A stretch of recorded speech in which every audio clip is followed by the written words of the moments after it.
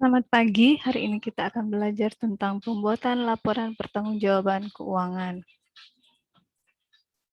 Laporan keuangan menurut standar akuntansi keuangan adalah bagian dari proses pelaporan keuangan. Menurut pernyataan standar akuntansi keuangan atau PSAK nomor 1 tentang penyajian laporan keuangan menyatakan bahwa laporan keuangan lengkap terdiri dari komponen-komponen sebagai berikut. Yang pertama, neraca. Yang kedua, laporan laba rugi. Yang ketiga, laporan perubahan ekuitas. Yang keempat, laporan arus kas. Dan yang kelima, catatan atas laporan keuangan. Berikut ini definisi laporan keuangan yang dikemukakan oleh para ahli. Yang pertama, laporan keuangan adalah media yang dapat dipakai untuk meneliti kondisi kesehatan perusahaan yang terdiri dari neraca, perhitungan laba rugi, ikhtisar laba ditahan, dan laporan posisi keuangan menurut Sawir. Yang kedua, laporan keuangan pada dasarnya adalah hasil dari proses akuntansi yang dapat digunakan sebagai alat untuk berkomunikasi antara data keuangan atau aktivitas suatu perusahaan dengan pihak-pihak yang berkepentingan dengan aktivitas perusahaan tersebut, menurut Munawir.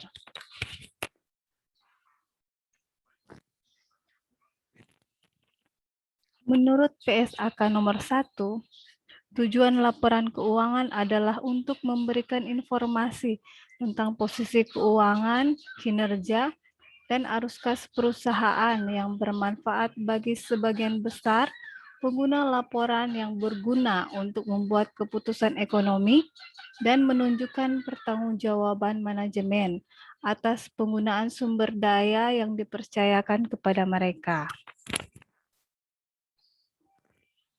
Nah, berikut ini adalah pengguna laporan keuangan menurut Martani. Yang pertama, investor. Yang kedua, karyawan. Yang ketiga, pemberian jaminan. Yang keempat, pemasok dan kreditur lain. Yang kelima, pelanggan. Yang keenam, pemerintah. Dan yang ketujuh adalah masyarakat. Berikut ini adalah karakteristik kualitatif laporan keuangan. Yang pertama, dapat dipahami. Maksudnya adalah pengguna diasumsikan memiliki pengetahuan yang memahami atau yang memadai tentang aktivitas ekonomi dan bisnis, akuntansi, serta kemauan untuk mempelajari informasi tersebut dengan ketekunan yang wajar.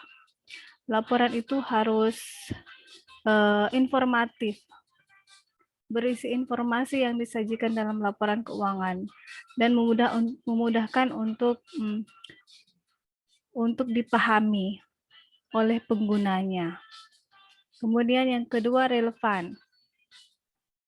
Relevan itu maksudnya agar bermanfaat. Informasinya harus relevan dengan kebutuhan pengguna untuk proses pengambilan keputusan. Informasi memiliki kualitas relevan jika dapat mempengaruhi keputusan ekonomi pengguna dengan cara membantu mereka mengevaluasi peristiwa masa lalu, masa kini, dan masa depan. Yang ketiga, keandalan.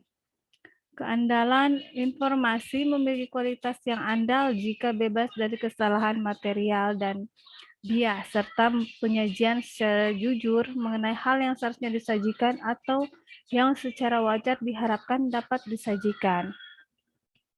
Yang keempat, dapat diperbandingkan. Laporan keuangan suatu perusahaan dalam satu periode tertentu harus dapat dibandingkan antar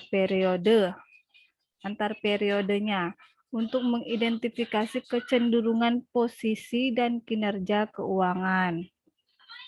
Laporan keuangan itu harus dapat dibandingkan dengan laporan keuangan antar entitas untuk mengevaluasi posisi keuangan, kinerja, serta perubahan posisi keuangan secara relatif.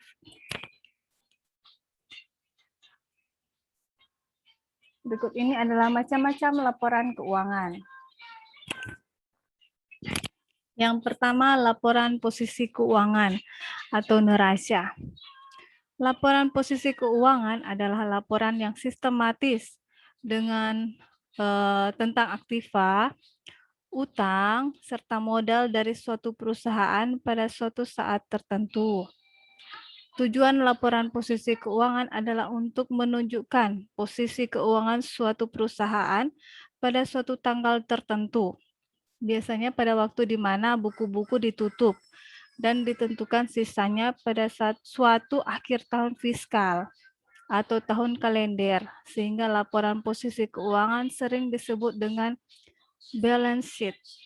Nah, menurut Munawir, komponen dalam penyusunan penyajian neraca ada 3, yaitu aset atau aktiva, liabilitas atau hutang, dan modal atau ekuitas. Nah, aset terdiri atas aset lancar dan aset tidak lancar. Aset lancar contohnya yang menjadi kelompok aset lancar itu adalah kas atau uang tunai, investasi jangka pendek, misalnya surat-surat berharga, baru piutang wesel, kemudian piutang dagang.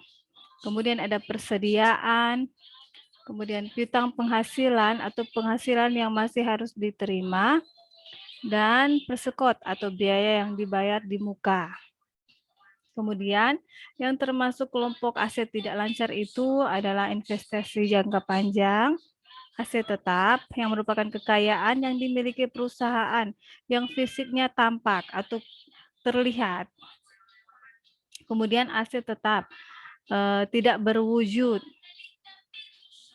adalah kekayaan perusahaan yang secara fisik tidak tampak, tetapi merupakan suatu hak yang mempunyai nilai dan dimiliki oleh perusahaan untuk digunakan dalam kegiatan perusahaan, misalnya hak paten. Kemudian beban yang ditangguhkan, kemudian ada aset lain-lain yang menunjukkan kekayaan atau aset perusahaan yang tidak dapat atau belum dapat dimasukkan dalam klasifikasi sebelumnya, misalnya gedung dalam proses, tanah dalam penyelesaian, piutang jangka panjang, dan sebaliknya. Kemudian ada liabilitas atau utang. Utang itu dikelompokkan atau dibedakan ke dalam liabilitas jangka pendek atau utang jangka pendek dan liabilitas jangka panjang. Yang termasuk dalam utang jangka pendek adalah utang dagang, utang wesel, utang pajak, biaya yang masih harus dibayar, utang jangka panjang yang segera jatuh tempo, penghasilan yang diterima di muka, kemudian liabilitas jangka panjang yang jangka waktu pembayarannya masih jangka panjang atau lebih dari 1 tahun sejak tanggal neraca. Kemudian ekuitas. Ekuitas adalah atau modal adalah hak residu atas aset perusahaan setelah dikurangi semua liabilitas atau utang. Ekuitas ini atau modal merupakan hak atau bagian yang dimiliki oleh pemilik perusahaan yang ditunjukkan dalam pos ekuitas atau ekuitas saham, surplus, dan laba yang ditahan atau kelebihan nilai aset yang dimiliki oleh perusahaan terhadap seluruh hutang-hutangnya. Nah, ini adalah contoh dari neraca. Neraca terdiri atas 2 bentuk. Yang pertama bentuk skontro, yang kedua bentuk vertikal. Yang sajikan ini adalah bentuk skontro. Bentuk skontro ini di mana semua aset tercantum di sebelah kiri atau debit dan hutang serta ekuitas tercantum di sebelah kanan atau kredit. Kalau yang bentuk vertikal, dalam bentuk ini semua aset tampak di bagian atas. Yang selanjutnya diikuti dengan utang jangka pendek, kemudian utang jangka panjang, serta ekuitas.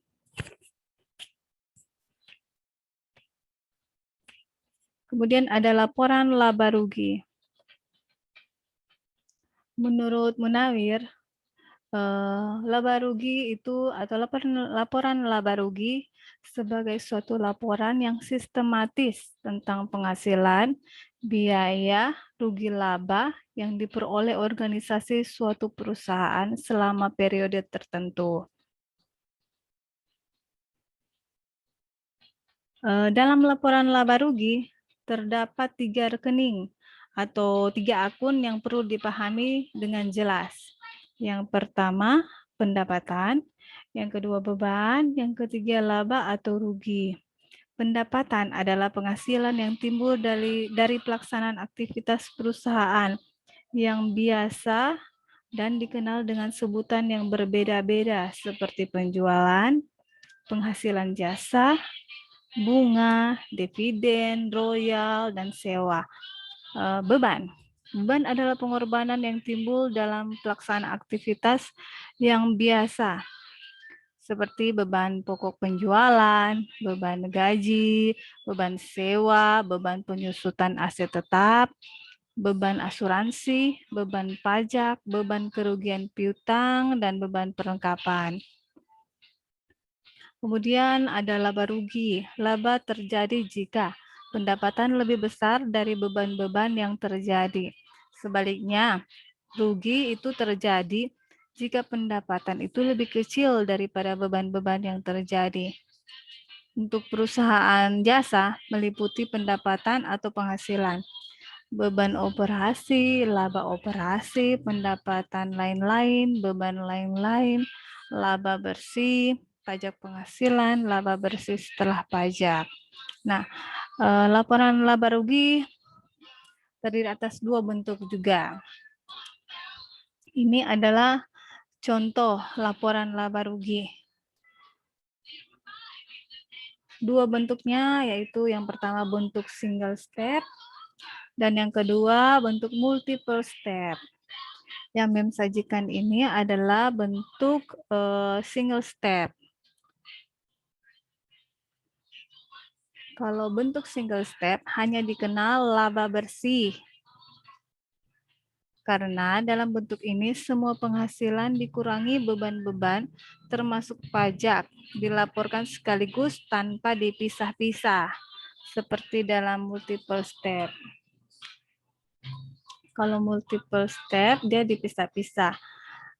Bentuk multiple step, laporan laba ruginya disusun bertahap sehingga dikenal beberapa jenis laba seperti laba kotor, laba bersih operasi, laba bersih sebelum pajak, dan laba bersih setelah pajak.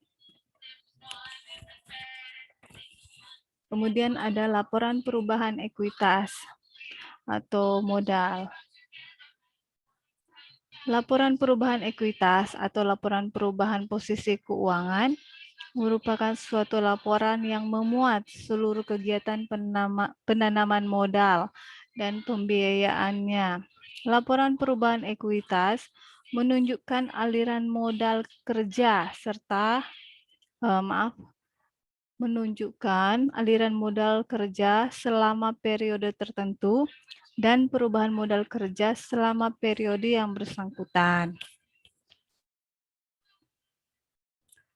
Perusahaan harus menyajikan laporan perubahan ekuitas sebagai komponen utama laporan keuangan yang menunjukkan laba atau rugi bersih periode yang bersangkutan.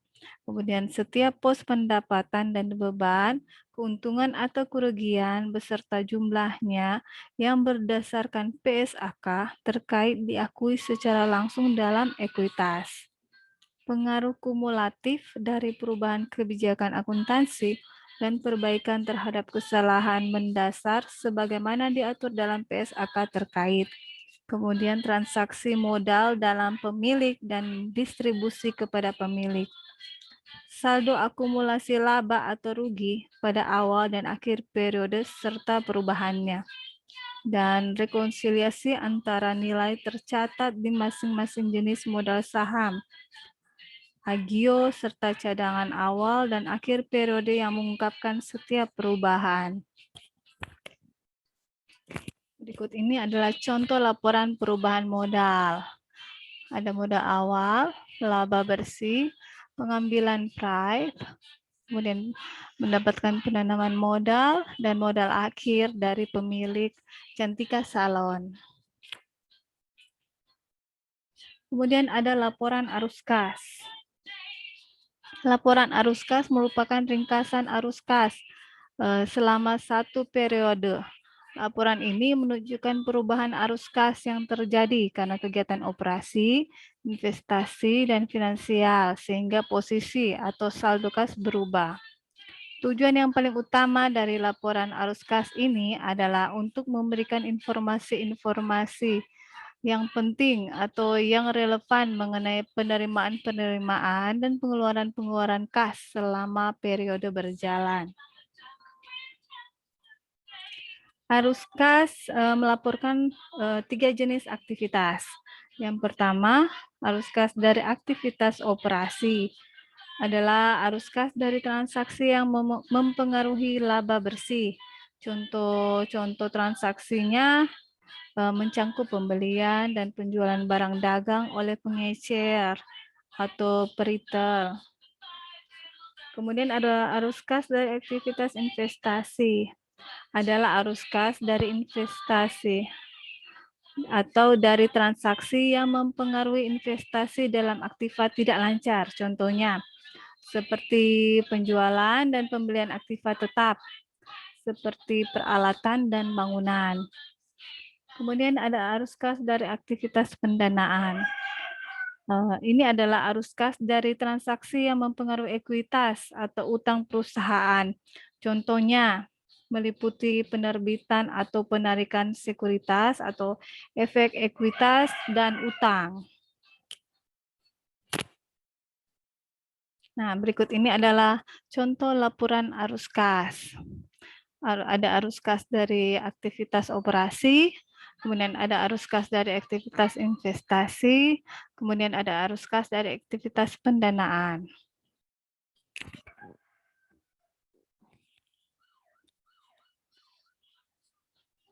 Dan yang terakhir adalah catatan atas laporan keuangan. Dalam standar akuntansi keuangan nomor 1, dinyatakan bahwa catatan atas laporan keuangan meliputi penjelasan naratif atau rincian jumlah yang tertera dalam neraca, laporan laba rugi, laporan arus kas, dan laporan perubahan ekuitas, serta informasi tambahan seperti kewajiban kontingensi dan komitmen. Catatan atas laporan keuangan juga mencangkup informasi yang diharuskan dan dianjurkan untuk diungkapkan dalam pernyataan akuntansi keuangan, serta pengungkapan-pengungkapan lain yang diperlukan untuk menghasilkan penyajian laporan keuangan yang wajar. Catatan laporan keuangan itu mengungkap informasi tentang dasar penyusunan laporan keuangan dan kebijakan akuntansi yang dipilih dan diterapkan terhadap peristiwa dan transaksi yang penting. Kemudian informasi yang diwajibkan dalam PSAK, tetapi tidak disajikan di neraca. Laporan laba rugi, laporan arus kas, dan laporan perubahan ekuitas. Kemudian informasi tambahan yang tidak disajikan dalam laporan keuangan, tetapi diperlukan dalam rangka penyajian secara wajar. Berikut ini adalah contoh catatan atas laporan keuangan. Nah, ini adalah 9 rincian catatan Toko Maju Jaya. Bisa dibaca. Penjualan misalnya nomor 1 penjualan ini merupakan rekapan penjualan selama 1 Januari 2010 sampai dengan 31 Desember 2010. Dan yang terakhir itu beban ini mencangkup biaya transaksi atau biaya transportasi karyawan saat belanja bahan maupun melakukan proses pengiriman. Ya, ini adalah catatan atas laporan keuangan. Dan sampai di sini dulu. Terima kasih.